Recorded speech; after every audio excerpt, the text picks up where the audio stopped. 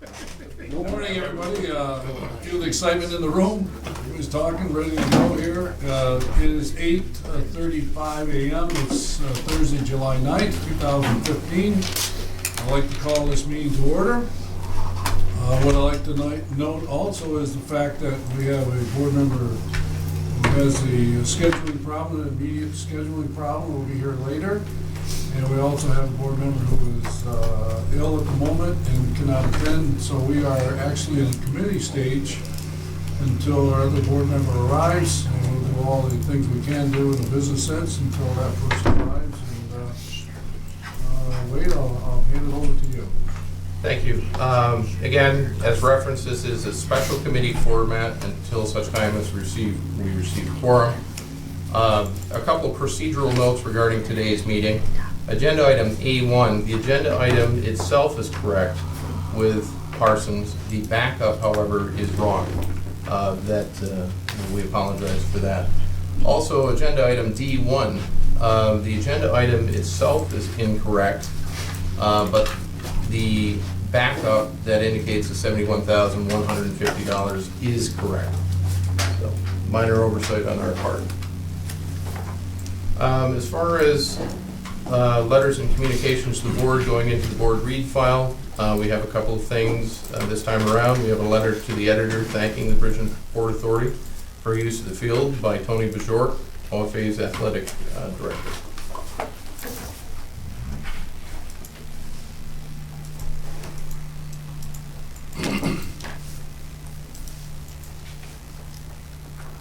And that's it for that item. Mr. Chairman, we'll need to hold the approval of the minutes for the meeting of May 12th, June 15th, and June 17th until we have appropriate quorum. And I don't believe we have any comments or presentations from citizens at this meeting at this time. Preston arrive again.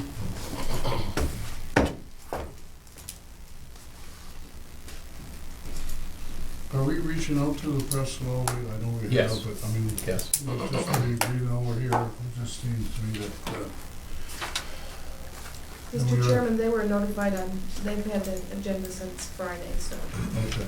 sufficient time to. So we give back our own feedback in that Yes. regards. Yeah. Well, I want to make a comment for here is in regards that in essence of what we've done here in the last year or so is there's a story to tell, and our story isn't being told the way it should be told, and the press is kind of missing the opportunity to sell this area and the things that are being done and happening here. And it's unfortunate that we're not getting that type of coverage in regards to that. It's nice to say we're on tape, and how many people watch this tape, I don't know, but obviously the leverage of what the newspaper can tell the area, of what's happening here and what the Port Authority has done for the area is really being lost. And it's a sad story, and I know that they're short on staff where we want to be, but I hope we're trying to get some of our information by the type of things that we give to the newspaper way that we've talked about before, to tell our story the best we can. And I think that's in essence that has to happen, because we're in a really important stage of what the port is doing and what the airport is doing, what it means for economic growth for our area. And I don't think the public really is getting the whole story the way you should hear it. So I don't know where we go from here. I know I'm just echoing what the board feels, and that's where we're at. Well, I think it's time to have a meeting with the editor and also the editor of print and the editor of digital media, and have a discussion about why aren't these good things being put out there in the press. There's a lot of good things out there. You know, they show up at every school board, the same thing in Potsdam. We get one board member from the village and people that work for the town come in. We get one press guy, and they seem to have a hard time coming in. But the school board, they leave in droves to go to the school board meeting. And yet that affects, other than budget, very few of the people about total government. It's one contained unit. It doesn't affect roads, doesn't affect the provision of services except for schools. But that takes priority in Potsdam. I think it's more controversial. Yeah, you look around, and I read the paper occasionally, and I don't see anything the city's doing that's outstanding as far as growing area at all. Nothing big coming out of there. I see stuff about Dank all the time in there and what they're trying to do. I just don't get it. You're working to create jobs, you're working to make Ogdensburg, the city part, a destination area for Canadians to fly out, and nobody seems to care except this board. Yeah. There may be people out there that care, but you sure don't know by anything that's there. Unless you ask for their support, nobody supports. I'd like this, I think, I agree with what you just said, and I've always thought that that's one of our biggest weaknesses here, is not telling the story that, that what we were doing in the positive end. And since we can't get reporters here, it might behoove us to hold once or twice a month a press conference and get John Fry from WWNY TV and stuff here, and let's try that route. It's worth a try, because the other route's not working, and I think we've got to look to do something different to tell our story. I couldn't agree more. We have jobs being created over in the industrial park. We have multi-million-dollar investments going on, and yet look at our audience today. I'll guarantee you, somebody throws the black hook out there, the place will be full of reporters to figure out what you did wrong.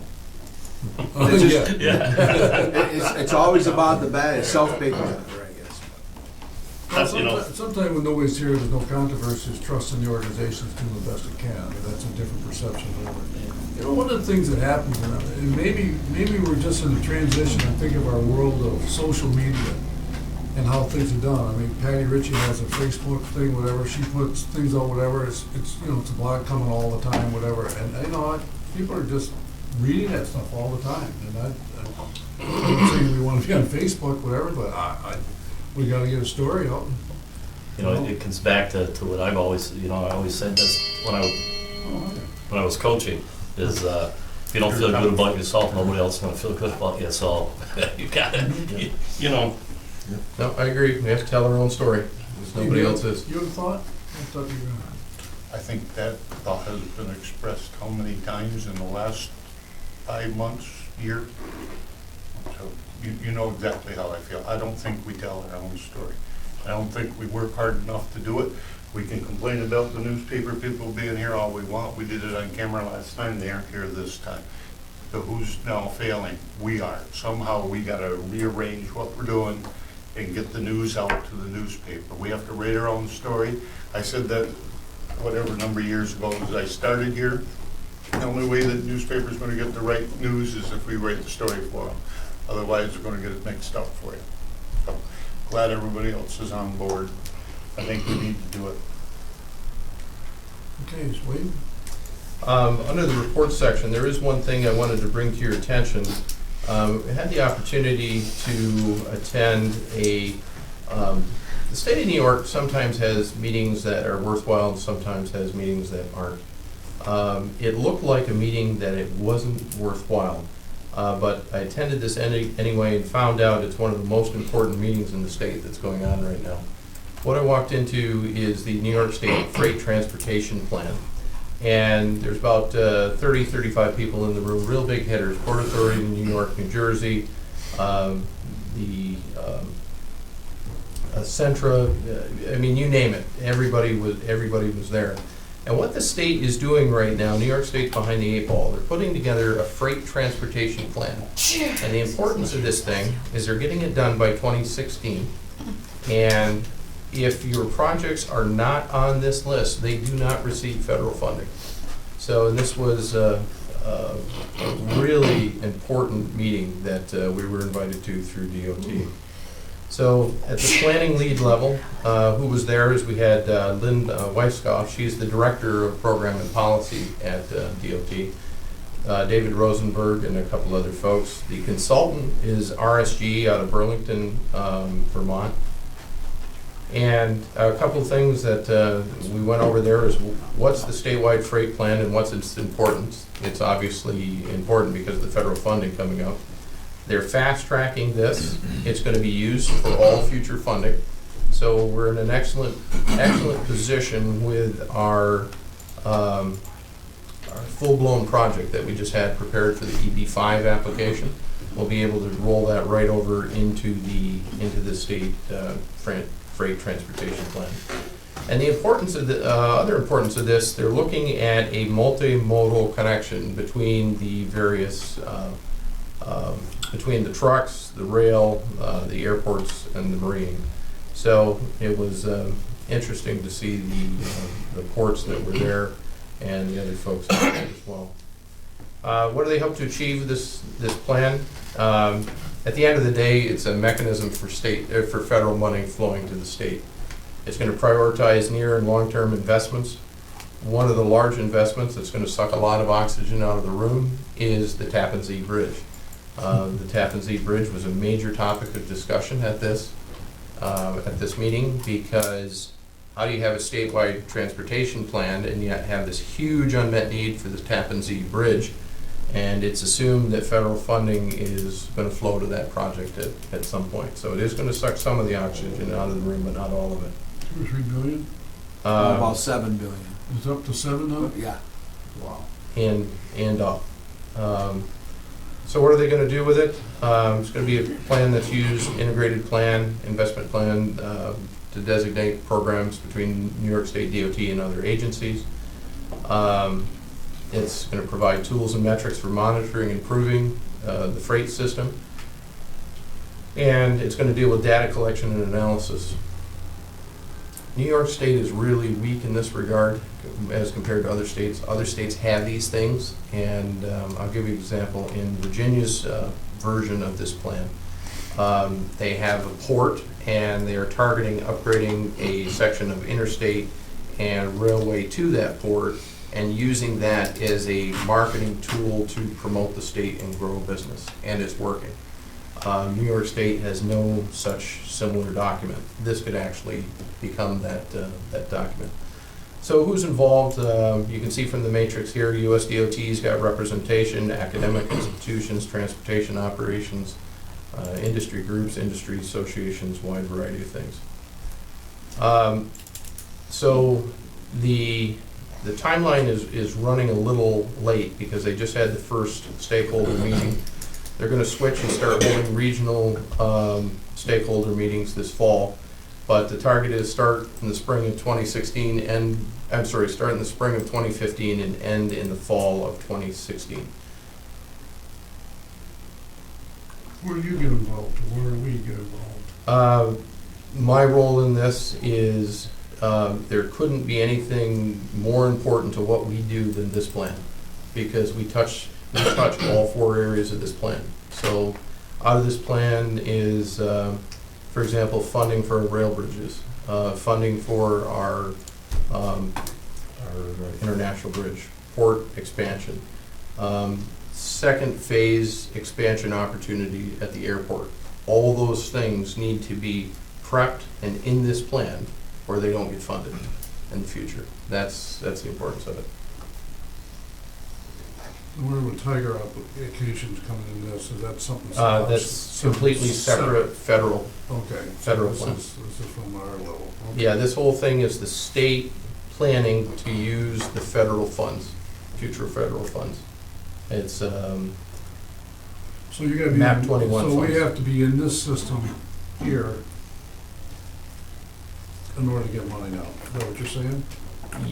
the short answer, yes. Okay. Long answer, there are other Oh, ways. well, that's right, This but is the best way to do it.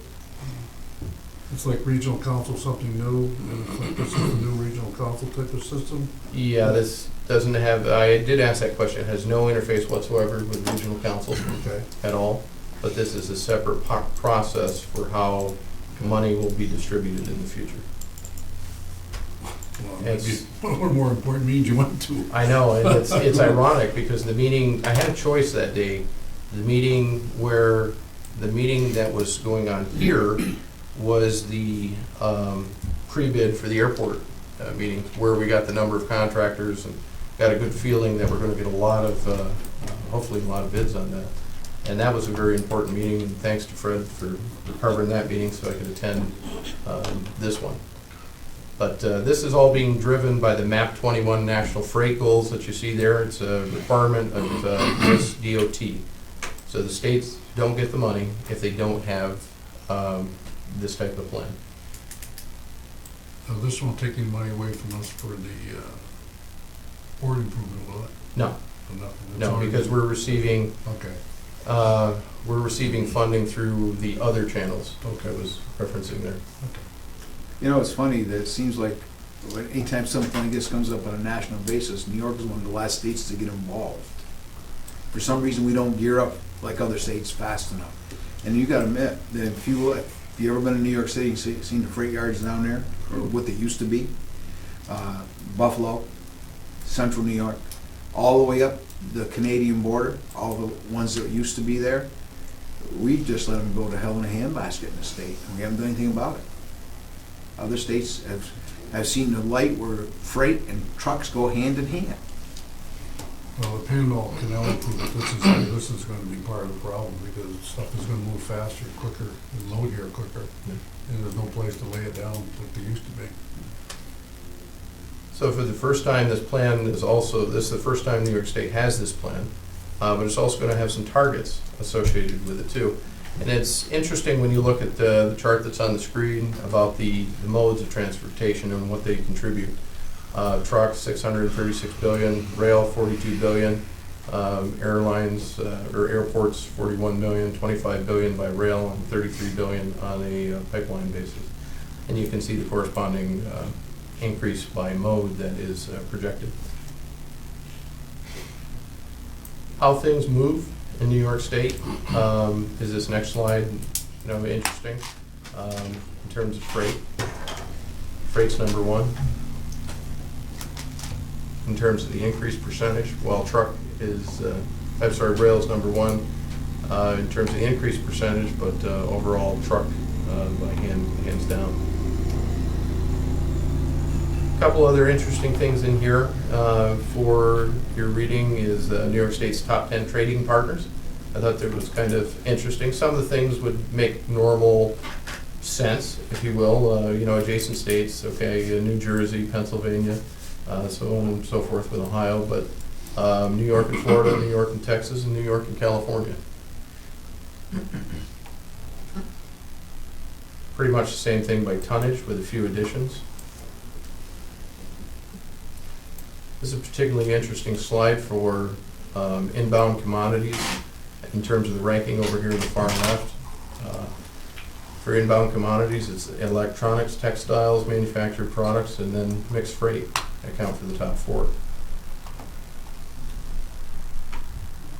For outbound commodities, pretty much the same thing except for pharmaceutical being outbound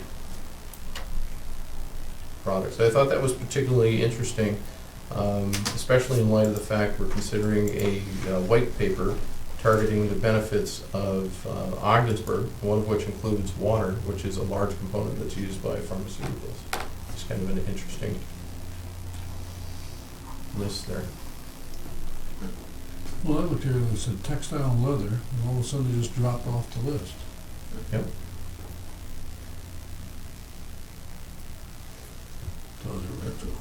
So here's how the state looks at the freight network in New York, and this is kind of important because this is how they look at the overall, I don't know what you want to call them, cores or zones, or but this is how DOT looks at the world.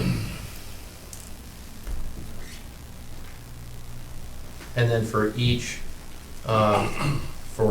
area, like this is the Capital District / North region that we're looking at here, there are priorities that will be set within that area.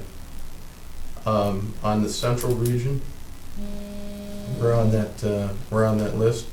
And again, I was very glad I was at that meeting because I just, I always bring some materials, and I was able to, in that general group, let everybody know A, where we were, and B, what we do. And it was interesting. The gentleman managing it is Peter Plamont. He is RSG out of Burlington. Next time I'm in Burlington, we pay him a visit and drop in. And of course, David Rosenberg at New York State DOT. The other interesting people I met with just on the side while I was there was the permitting people for the overweight project on the bridge. So it was good to talk to some of those high-ranking people who have been very helpful to us on figuring out how to get overweight stuff into our industrial park. I-98, was that, any thought in that process where that's going? I mean, you look at the map, you can see you got two spikes going up and there's nothing connecting them going across to the northern. Any thought going on with that, or is it Nothing that I'm aware of at this time. nothing aware of It's that? not on DOT's radar. I don't think there's enough population between 81 and 89 to, and all the way over to Vermont to justify putting in another bridge and putting in the 4-lane highway. There's just too much money. Well, It was actually on the drawing board in the 50s, which would have been when it should have been put in. But again, it got left out, maybe money-wise back then. But you're talking, I forgot how much it costs per mile, but you're talking, probably it could be up as high as 40 or 50 billion dollars to build this highway. And that money's just not there. And I think it would pick up and it would serve a purpose, because Canada being so close, if the trucks, they come across here anyway, they could catch a 4-lane highway just across the bridge, other than going way over here or all the way over to, the central part of Canada would funnel here, as opposed to going all the way over to Quebec from Montreal down and catching a highway there in the US over towards Alex Bay.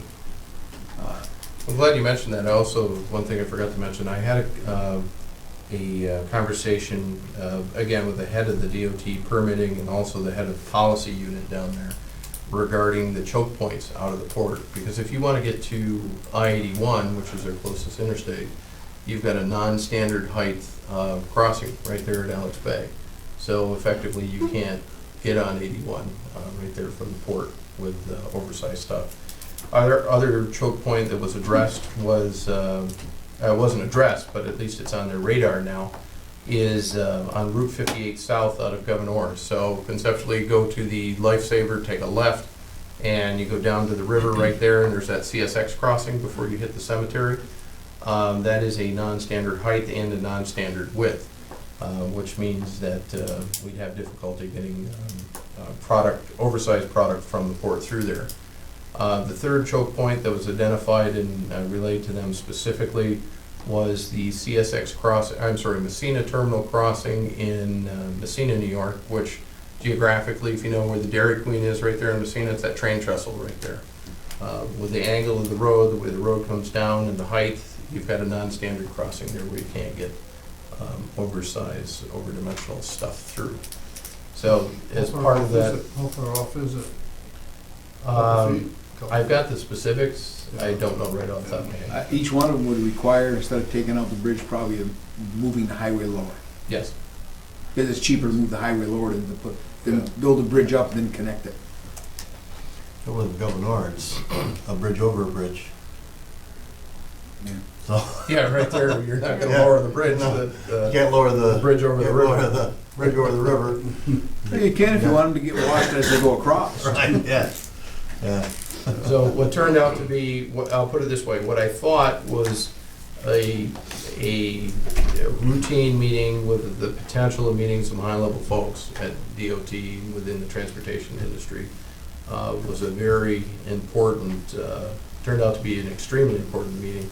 And I also thanked our contact at DOT profusely for inviting us to that meeting. So it literally got us on the map for future funding. So we've got to position ourselves with all of our projects to make sure they're included in this Yes, overall plan. exactly. Well, projects every one of our projects, except for doing more work on the bridge, which is our most important product, is underway. And you're trying to get funding for your rail bridges, you're working on dredging, you're working on making the dock bigger, you're working on the airport. Now, it'd be nice if you could work on getting your money, but Right. And again, this is where I think good planning is going to help pay off. Because while we are up against larger projects like the Tappan Zee and the needs around the state, our projects are ready to go. Our bridge project is shovel-ready. Our large bridge project, we've got all the engineering done with that. It's updated and ready to go back out on the street, so. if you've been down across to New York City and gone across the Tappan Zee Bridge, you can see what they're doing now. They're putting in the pylons and putting it into bedrock so they can go on. That's gonna take a while. Hopefully the other bridge will stay up long enough before. But it's gonna suck down a lot of money. Definitely. And I think I've heard it started off at 3, then it was 6, now it's between 7 and 8. It'll probably be between 10 and 12 before they're done. And that was one of the other interesting 2.5 questions. I asked that question when the money aspect was kicked out of. I asked the question, well, what's this thing estimated to cost? Because if we know that, I'll pull numbers out of the sky, if we know the MAP 21 funding coming to the state is only going to be 50 billion, let's say, and we know Tappan Zee is going to be 10, that gives us a real good feel for what else, goes around the state with some of the other projects there. One DOT individual started to answer my question, and the other DOT individual shut him down immediately.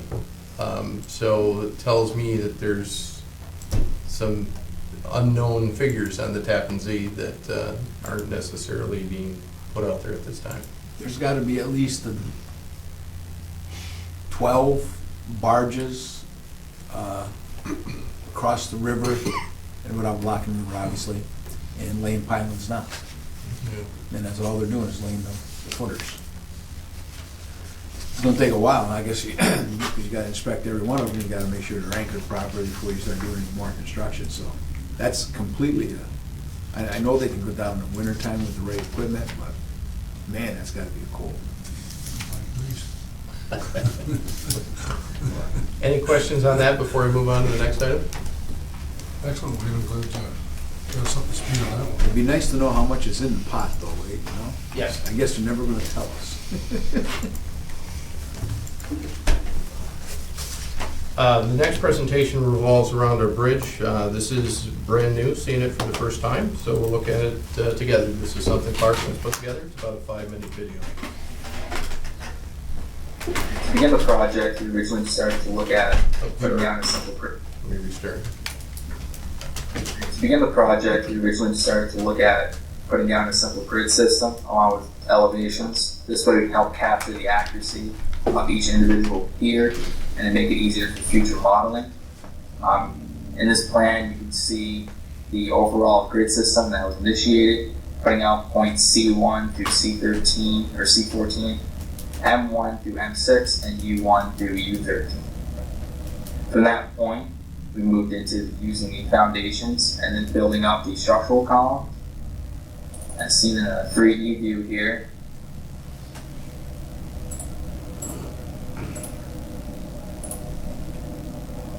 How cool is that? The structural piers were created using the drawings that were originally created back in the late 50s, early 60s, and then creating individual rubber families to make the most accurate columns that we could at each individual pier. From that point, we then moved on to the truss systems. We can see at this intersection here,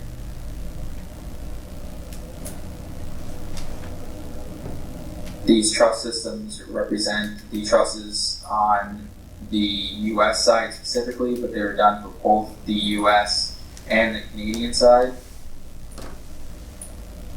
And then once those were created, they were then moved on to the girder system that goes through with this internal supports and then the final abutment completing the US and Canadian approach of the bridge. And then the actual detailing went all the way down to the actual bearing plates, making them as accurate as possible. And in terms of the future structural analysis, the analytical model here represents the center of mass of each individual member and how they connect for structural analysis. After the US and then the subsequent Canadian approach was completed, the midspan was then work began making the cable vent sections and the overall tower sections, which is where we are currently at. After this, we would be working on the midspan connection with the stiffener trusses and the underlying trusses, and then on top of that, with the shim plates, adding the joists, and then moving on to the flooring and the fine detail.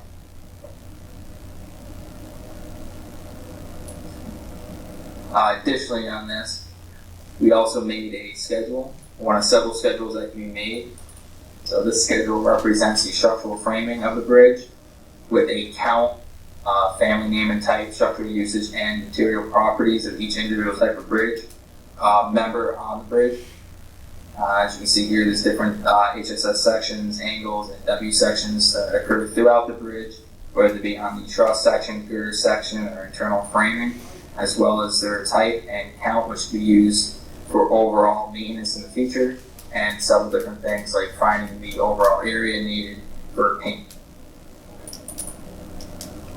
And representative of that, I've already go into here and pick one of these pieces. This is a W21 by 62 frame. You can see here all the information is given in the side is recorded along with the structural material type, as well as its volume, lengths, coefficients for structural analysis, and its start and offsets. And we can attach further information to these in the database part of it, things like photos, inspection reports, pretty much any information that is associated with each member.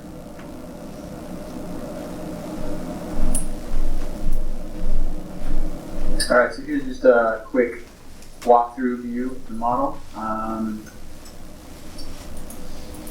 Just using Revit's walkthrough capabilities. Which aren't the greatest animation tools, but just to give you an idea of like what the final model will look like. So go a little bit above, and back down. And a couple things you'll notice, we haven't modeled any of the gusset plates, any of the plates, or obviously any of the bolts. But as long as those connections are made in the analytical model, that's all that's necessary for the structural analysis software. So then we're just going to come back down, and this is the Canadian approach.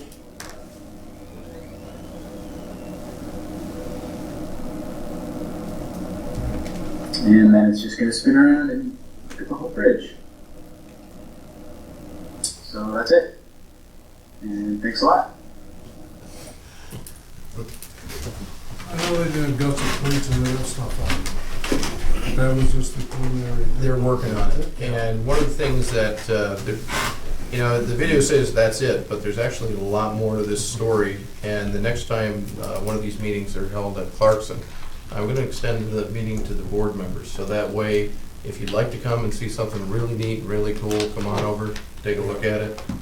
This is only part of the story, and you really need to understand from functional side of things how important this is. This is our future right here of how we're going to use information to everything from direct repairs on the bridge. And it's really important to see it firsthand. Well, it's interesting that here's a bridge that's 1960. They didn't have the technology to do this type of stuff that they do today. To go to your point when you opened up the meeting with, this is a partnership, and this would be ideal for, the press to show that, the education community, and we're partnering and we're both benefiting. They have hands-on. They were out here yesterday, and they were doing actual real-time measurements of some shim plates to verify measurements for this drawing. So they had 5 people out there that are all part of this, actually out on the bridge, and they were just thrilled to be there. It's like a lab for them. So on that end of it, it's very good for, and then for us, it brings us to the cutting edge with things that, so say we do 3 repairs this year, we can pop them right in there and date them and say everything about them. So you really can, right now, we can actually go back once this gets, the basic gets in place and really go backwards in time and show everything that's been done on the bridge, so you've got a real time and a real accurate model of what the bridge is digitally, which is. So can they really predict what section that you really need to repair now, the priority? The part where you saw just the analysis and you saw just the lines. Yes. And all of that's what the second half of their group will, once this is built, they're gonna take that and they can say, well, what happens if you run 100,000 pound trucks per day and they can run all of this in, not in real time, but just run that through and then you can get and then say, well, what's the bridge gonna look like in 5 years? Well, they're gonna say, from judging from this, first thing is gonna go is, so you can see that in the future, basically, you can see what'll happen by the decisions you make or what you don't make. If they say, well, what happens if you don't take care of any of the floor beams? Or you can come up with anything you want in our question. Really? But what we can do is put in those real-time things that, what if we want to decrease the weight of trucks going across or increase the weight of trucks going across? You just feed that in there and they can tell you, well, your maintenance budget is going to be less, but you're going to miss all this revenue by denying trucks that, by having weight limits. Or you can say, well, for upping this another 10,000 pounds, you get this amount of revenue based on your truck travel now or something like that. But that's just how it relates to weight. But let's just say we don't do things or we do things. You can see how it might compound in the future in causing you either less maintenance or more maintenance. How's the information being shared with engineering to take things around? Is it being shared or is it? It will be. That's going to tie in And I think that's a key element here. with GPI, and a lot of this is very close to the similar thing is that when GPI does we're talking about the cable monitoring and everything like that, they're all very interested in each other because some of this, we may be buying modules that will take care of structural things, whereas, originally we were just worried about cabling. Well, maybe we glom on and add things that take care of structural steel, listening for problems there, whether it's floor beams or fatigue cracking or things like that. But you can sit here and you can imagine all those things and actually apply them to that model. Well, obviously, it's so critical what the bridge does for us. I mean, I know exterior projects and all have to do with that bridge, and then obviously this information is critical. You saw where they had the schedule? That's enormous now. So if I can say, well, how much paint do I need to just a certain section, that area is already, they can, from all of that, that's the beauty of that. And that's one thing the feds are requiring for bridge inspections is that you have to have an inventory of square footages and linear feet of all your bridge components. And what they want to know, I think what they're doing is, in a general rule, what are you taking care of each year? So they can say, you got, 10,000 feet of gusset plates or whatever, and in the other column you go, what did you paint them or what did you do to them? And you may say we only did 100 square feet. Well, they can look at that and say you're behind or ahead, or explain why, what you're doing. So, and that goes for every component. So that's one way, that's where the highway administration, the feds are going. So this is already gonna be done for me. And when I was in a couple meetings down in Albany, people like the Thruway Authority and the New York State Bridge Authority were complaining that was just an added burden that we as authorities, we take good care of our bridges, but that's just one more thing we have to do to please the feds, and they're doing this for us, that otherwise other engineering firms you'd have to pay big bucks to have that done. So that's a real advantage out of just that alone with that schedule. When you see this, are you prioritizing what you're going to try to repair or fix? I will, it isn't, like, that's as far as they are now. I asked for that, and basically they say, we'll give you a fly-through of our model. And I just said, hey, can you put something together? I just wanted to give the board and everybody an Sure. idea of where we're at. That's awesome. And they volunteered to come over, and I said, well, if you can just give me Wade could handle that, and I just wanted to get you aware of where we're at, but they hope to be done with a lot of this by the third week of August, and then they'll turn it over to the modeling people, and then they can, they'll have fun with that. They want to, and they're really concentrating on getting as accurate as possible. They've taken every drawing I've had and basically taken it right off the blueprint and fed all of it, and that's where our money's going. It's actually paying these students to do this work during the summer and through the whole year to do this work. They get the added benefit of working on a large structure like that, and then we get a ready-made digital model of the bridge. What are you working on this summer? I mean, what are... Floor beams. Those are all Floor we're yellow flag. The floor beams are from that's the main issue. I think we're up to 28 spots, but we've repaired, we're on number 4 right now with that. And that's that, and then concrete repair. And this is what we talked about in our Tiger grant, to say, have somebody come in here and take care of these things much quicker in a different way. Exactly. Instead of you... The smaller grant, I think the Tiger or the 4 million one.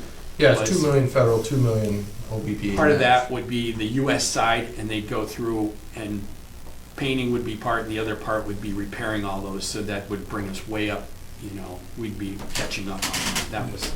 My fear is, obviously your rate is you're taking a priority and say, okay, but the deteriorating factors, we're not catching it. Right, but now, when they get that in place, we could ask that question. Of course, we've got to do the yellow flag ones because they are flagged and they have to be taken care of.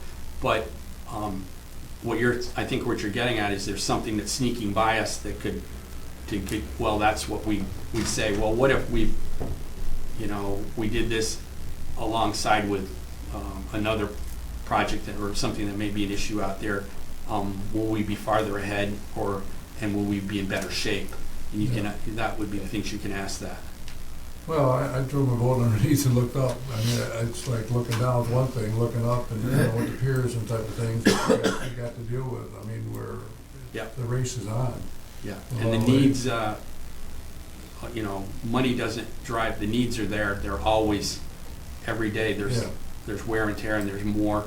That's constantly ongoing. But so what people tend to believe is money drives the needs, and the needs are, whether we have $1 or $100 million, those needs are constantly going on, and you have to take that into account. Well, I mean, for this discussion here, I remember with Paul, I can't think of his name, with GPI, and he was saying, what's the replacement value of the bridge? And that was 6-7 years ago, and it's anywhere from $500 million up. Right. Of course, what Frank just said, a Tappan Bridge, whatever, we might scale ourselves out where I don't know what would happen for this bridge. Maybe it is $1 billion now. I don't know what that number would be, but obviously the repair cost, the integrity is, Wade has $100 million or whatever that number may be, and it's like, how do you? You know what your problem is, though? You're not going to leave that span up and build one next to it. It's still stay in operation. Yeah. So you're gonna be, however long it takes to take it down and put a new one up, is going to be, you're out of business as far as that. It would be crippling. Crippling, not just us, but cripple all central Canada. A lot to it. Well, I appreciate what they've done, Yeah. and you know what, we're very fortunate to have that type of group of, I would say intellectual type of people at that level here, learning the new up-to-date type of things that they're learning, and here we are with, see the presentation like that tells you what they can do. Yeah, and they may be available either in the August or September board meeting. Yeah, that'd be awesome. And you could ask, there's a lot of questions, they give you a much better answer than I can. it's exciting, cutting edge, cool stuff. I mean, there's Yeah. just no other way to say it, and it's something that, you know, we don't normally see that is going on here. One other thing I wanted to mention, in that side trip in Albany for the DOT meeting on the freight plan, our bridge engineer is located right next to DOT. I dropped in on our bridge engineer and got an updated need on the bridge, just so we all are on the same page. The bridge need right now is $88.9 million. Round numbers, $89 million is needed on that bridge. That does not include cables. It does not include anything to do with piers or anything else. But it's come down a little bit, and one of the reasons it's come down is of that 89 million, about 60 million of that, 65 million of that is paint. And one of the reasons, the rest of it is steel. One of the reasons that has come down is New York State DOT switched from a special specification standard on the paint to a more generic standard. And because there's so much paint that's needed out there, that's one of the things that actually drove that cost down. But I guess the important thing here, round numbers, for the sake of remembering it, we need $90 million on the bridge, costs $1 million a crack to mobilize, and 65 million of that is paint, and the rest is steel. We still have a procedure, you have to paint it the same way though. Yes. Yes, Yeah. absolutely. Yeah. Mummify it. Control the air and dust. That's all I have. I thought maybe we could go back to painting with the brushes. That's not gonna happen anymore. Unfortunately. Unfortunately, it's not gonna happen anymore. We don't have enough seasonal weather, it'd take us about a decade to Yeah. get that painted by brush. Oh my God, amazing. A lot of safety Amazing straps. structure, just amazing. So, Mr. Chairman, that concludes the special presentations I have at this time. All right. Can, just on staff reports, could I just ask a couple of questions on?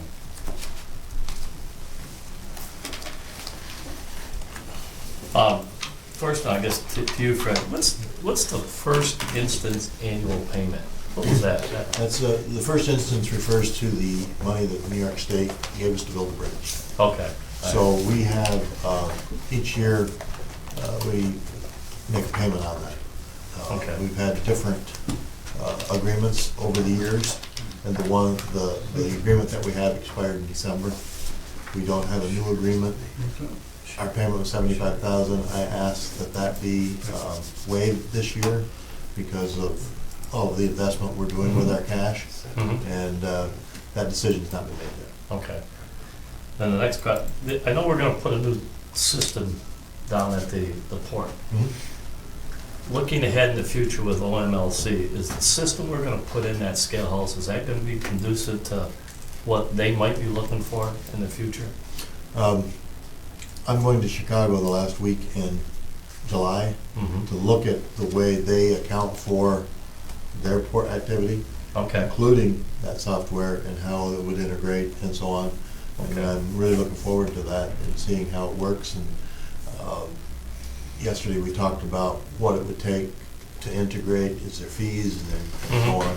So I'll know more about that Okay. after the last week of well, I July. knew we were working on something, and, Yes. you know, looking to the future, I'm wondering if that's gonna be compatible, or we're gonna have to come up with X amount of dollars to redo a new system again. Yes. We won't have to come up with X amount of dollars. What we have will be useful, but just to express clearly where the limitations of it are, what we bought is a project, or is a software that deals with commodities only. So Mhm. it might work for salt or bulk commodities or something like that, but it will not work for pipe Okay. or All right. future, project. Projects, okay, all right. My next question was, that Market New York grant, how are we coming on that? Is that, we get an update on our payments back? We What's- have not yet received our first payment from New York State. We have made two or three. The second requests? request is being, The sec- finished right now, Okay. so. So we're paying the bills with the line of credit.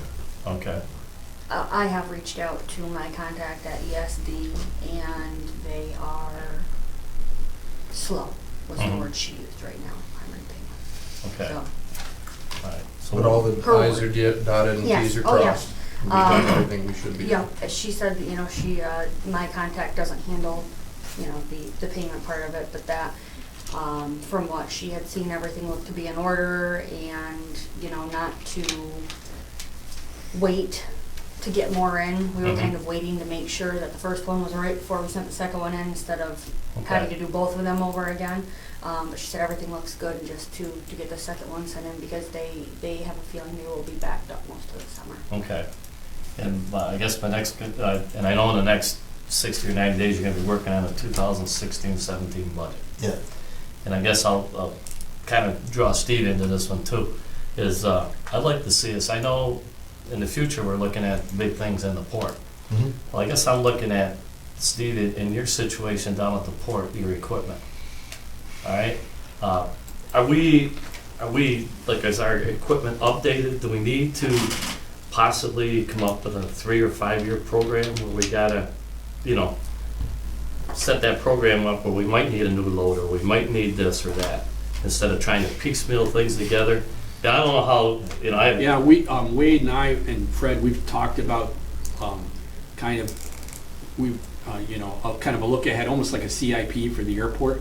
And it's just one of those things that I just really haven't, I guess in the back of my mind, I have an idea where we want to go, but it isn't on paper or anything like okay, that. But well, just as long as we're, But Wade, Well, one of the initial decisions You know. coming up, and it'll probably come up either next board meeting or the board meeting after, is we're gonna have a lease or buy decision on a new loader. There's, you know, our Volvo is problematic, and it's one of those things where if we, right now, it's good and it's got value to it. So if we surplus it, we can get X out of it, or we can sink Z amount of dollars into it, and avoid that expense and go out for a lease. But we're in the process of getting that decision both quantified in terms of the economics to make the smart decision, and we need to get that done first and then bring it before the committee and the board. okay, all right. But it's on our minds.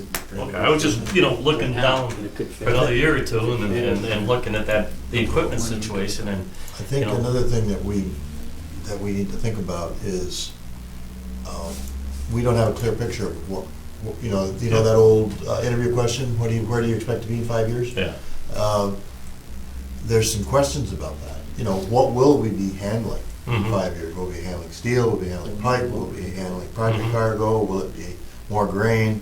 yeah, Aggregates, you know, what will we be handling? And so it seems like it might be wise if we need a specific piece of equipment for one cargo that we may not ever see again, to lease that equipment. Until we really have a good, clear picture of what we'll be handling, I think it'd be wise to do some leasing, you know, up until that time, so. Wait on your. And I would agree with that philosophically, but we need to make sure that we've got the economic data to back that up, and that's where we Yeah. need the time to get it together. yeah. On your loader, how, I was just asking Steve, he said it's worth between 60, maybe 60 to 70,000. From the experience I've had working with the town of Potsdam, and you need something and it's not as dependable as you'd like, don't sink a lot of bucks into it. I saw the town of Potsdam sink integrator, $50,000 integrator that was and much older than what you got down there. And, Well, and when we got rid of it, we got the, how many tires on a grader? 6? We got 6 or 8. We got $1,000 per tire because they were brand new. And the rest of it was scrap metal. But I guess that's what I'm Yeah, so- looking at is, in 3 years, are we gonna within now in 3 years, are we gonna piecemeal stuff to a Well, loader, or are we I- gonna maybe well, in 3 no, I years? think a There's one of the loader, key you know, decisions right need there, it, because you we know. could get about $65,000 out of it if we surplused it now. That would allow us to avoid $25,000 in repair that are anticipated repairs that's needed now. And in addition, we could turn around and lease something that would be, that loader that we have now is small for port operations. We could lease what we need and increase our efficiencies. Okay. So that's why that's all gotta be baked in Sure, there. all right, So well, I that's just some wanted of to the make sure I numbers. saw that. Can you do Looking at- leases with a dollar Yeah. buyout at the end?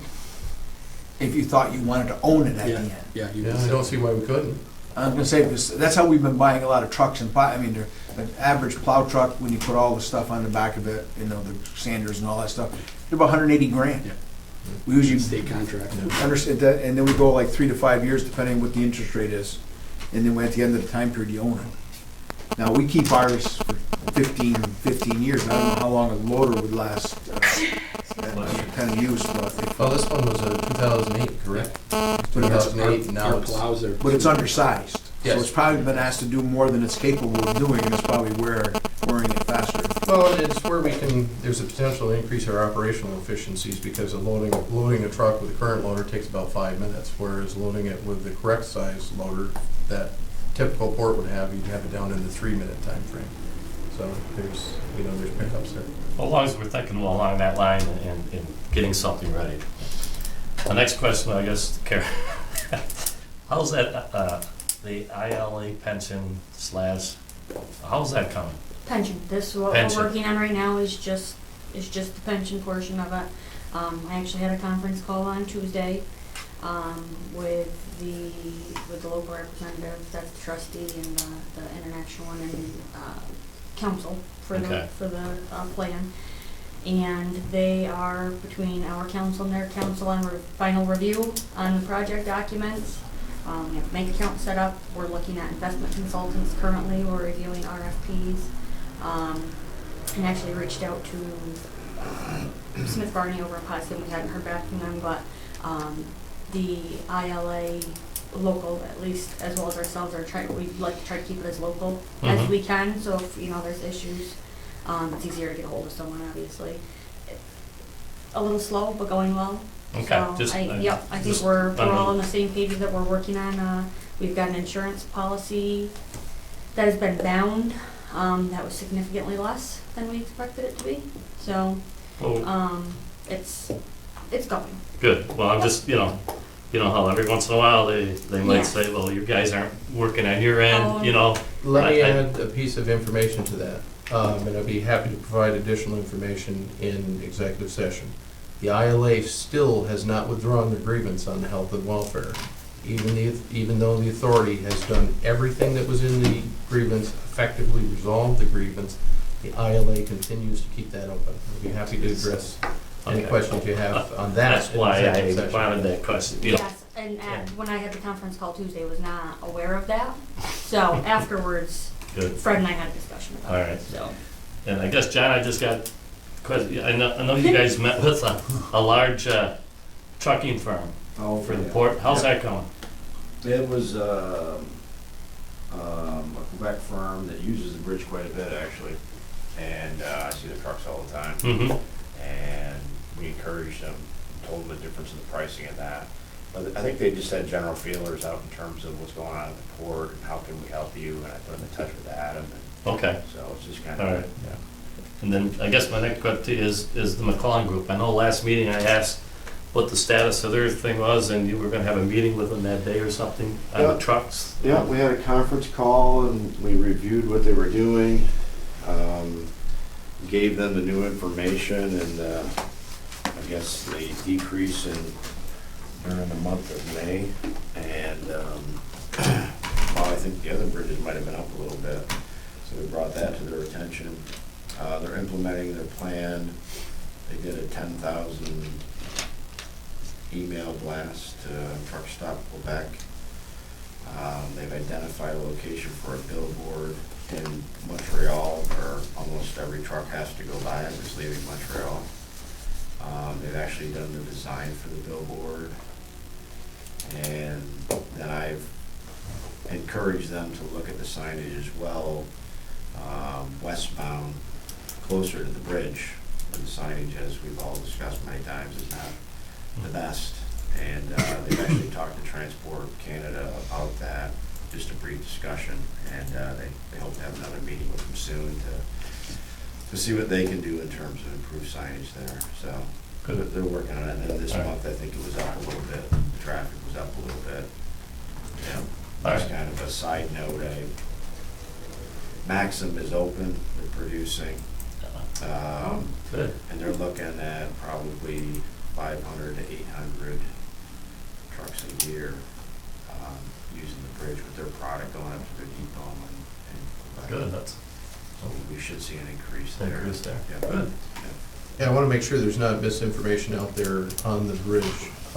While I can't cite the specific bridge because I'm not allowed to release that, I can talk about the overall traffic. Let me go through, we'll talk about year-to-date on the passenger cars on the various bridges. Year-to-date, each one of these items is passenger car decrease year-to-date on various bridges that we're familiar with. Down 2.3%, down 13.7%, down 5%, down 17%, down 20%, down 2%, down 11%, down 17%, down 25%, and overall between everybody down 7.5% overall. On the truck side, again, without specifically identifying any bridges, down 2%, up 2%, down 18%.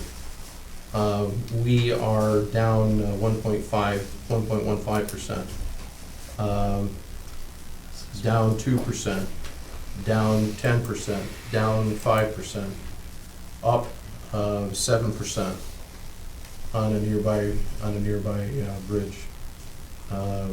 Essentially flat at less than 1%. Decrease of let's just call it flat because it's a small bridge. And overall truck traffic across all bridges is essentially flat, down less than 1% over the entire 6-month period year to date. Well, you know, the That's kind passenger of how we car, fit in the world. would the passenger car one be tied in probably to the fact it's now summertime in Canada too, and the fact that the Canadian dollar and our dollar, the exchange is so poor? Well, when I look at this report and I see, I kind of have a good feel for which bridges are passenger traffic and which bridges are majority truck traffic.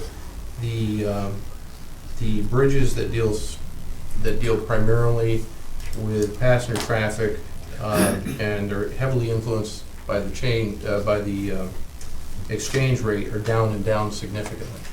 And we fit in that category, although we aren't the worst of the worst, but that's a category you don't want to be in. Yeah. Put it that way. So it's mixed news on So that side of that the things. dollars were like they were a year ago, where they were almost equal.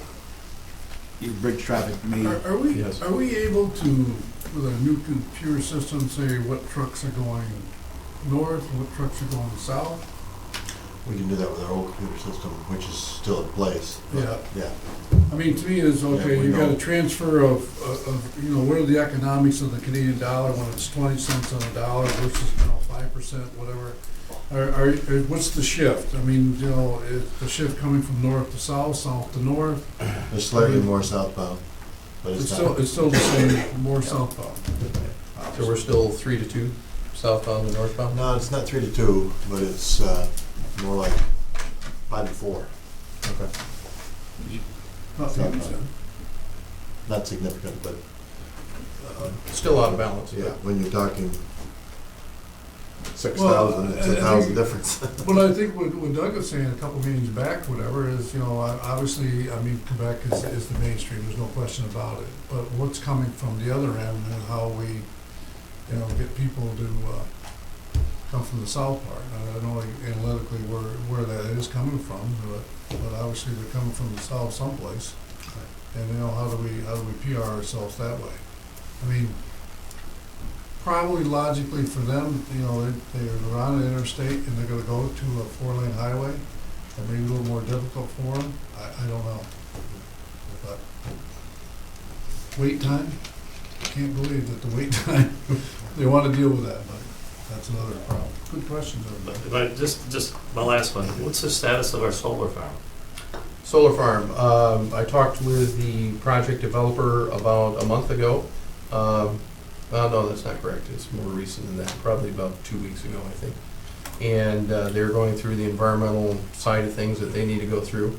They are looking for groundbreaking at this point, probably last part of Q3, early part of Q4 of calendar year this year. Good.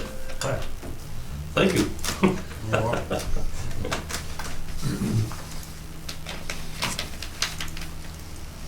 John, any highlights for you and John? Anything you got, you got a report, anything that you, Few items on the agenda showing what we have left for space in 11 to 2 or 3 different prospects. Did a lot of calls in June rather. A lot of calls all over, so developed some good prospects and working really hard to get those companies to come down and actually see the buildings and have a second meeting, so. in your expertise, so if we go back and you see how we built buildings, whatever it want to be, is there anything in your vision that you think for the marketing approach that's something we should build that would give you an advantage to have a client come into? That was, is that something that, I know we talked about before, are you envisioning anything to, I know we got space, whatever, but sometimes you got space that's not usable, whatever it want to be, and you say, all right, if I had this, and then a wish list, whatever, well, let me ask you to do that then. Yeah, Let me it's ask you- really, really difficult to like predict what somebody needs.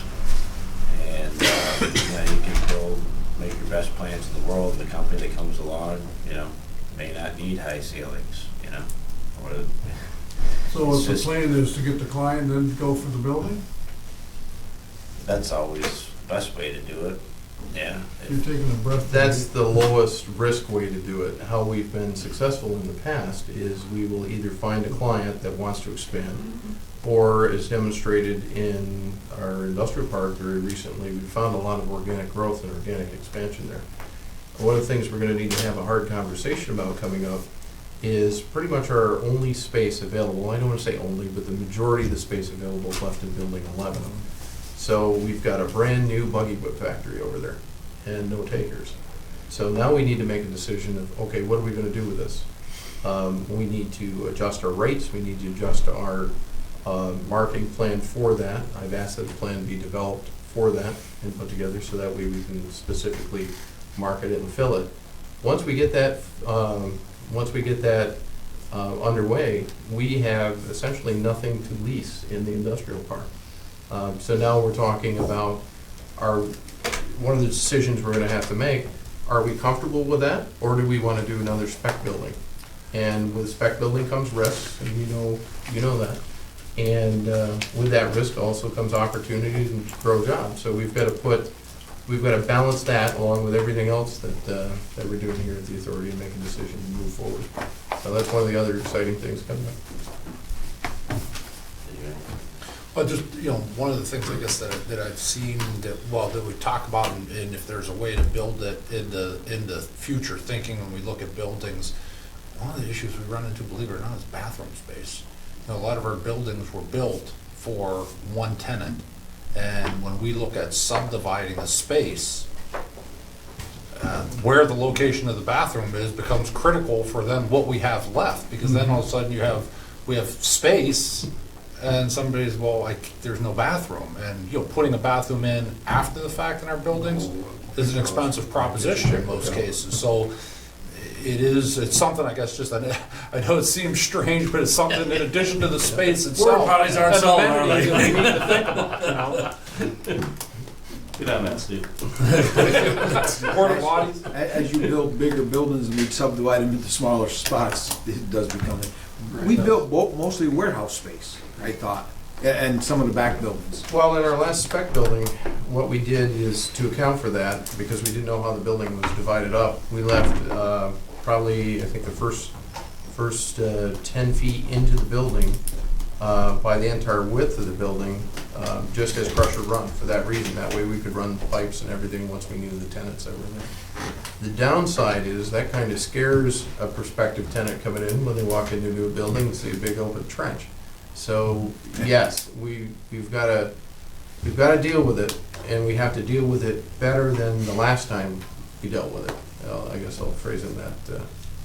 See, the trouble is, you never know how you're gonna divide up the buildings, so you don't know where the bathrooms are gonna be. That's the issue. Exactly.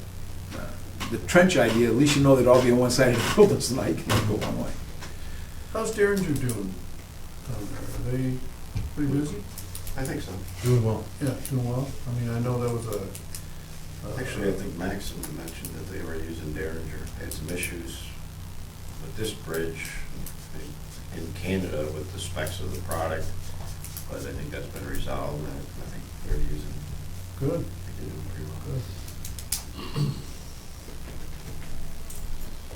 Anything else? Steve, you got any questions? We're kind of waiting for Gavin to leave, but we still got, Oh, we've still got some things we Yeah, I talked know, about, I know. finance Go ahead. reports and such.